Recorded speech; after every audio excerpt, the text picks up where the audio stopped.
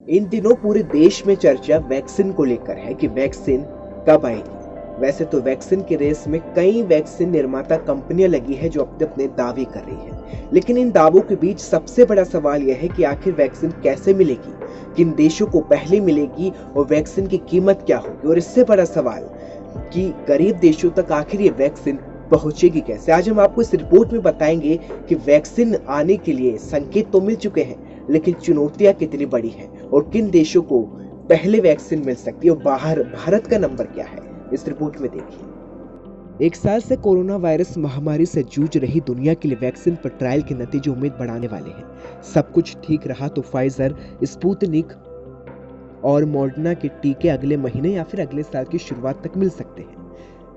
इनका trial advance stage में है। WHO की माने तो दुनिया में अभी भी करीब 4 दर्जन कोरोना वैक्सीन ह्यूमन ट्रायल के दौर में है। इसी के साथ ही दुनिया में इन वैक्सीन को लेकर कई सवालों पर भी चर्चा हो चुकी है। कई ऐसी चर्चाएं जिन पर सवाल है कि पहले किसे वैक्सीन मिलेगी और कितनी कीमत की होगी और गरीब देशों की इन वैक्सीन में क्या जिम्मेदारी होगी। चर्चा इसलिए भी है क्योंकि दुनिया की आबादी करीब 7 अरब है, जबकि तैयार हो रही वैक्सीन के डोज की संख्या काफी सीमित है।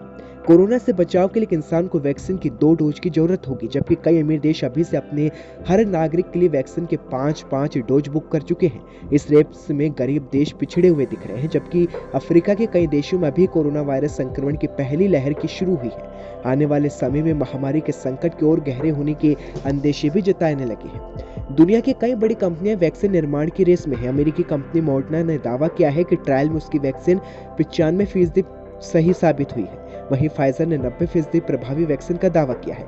मॉडर्ना ने अपने वैक्सीन को 2,800 रुपए में प्रति डोज और फाइजर ने लगभग 3,000 रुपए में आंका है।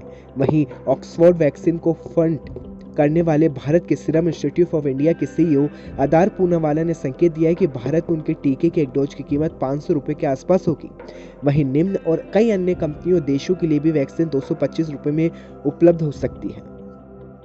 लेकिन सवाल बड़े हैं कि कोरोना वैक्सीन की पहली डोज किसे मिलेगी। इस सवाल का जवाब पूरा देश जानना चाहता है।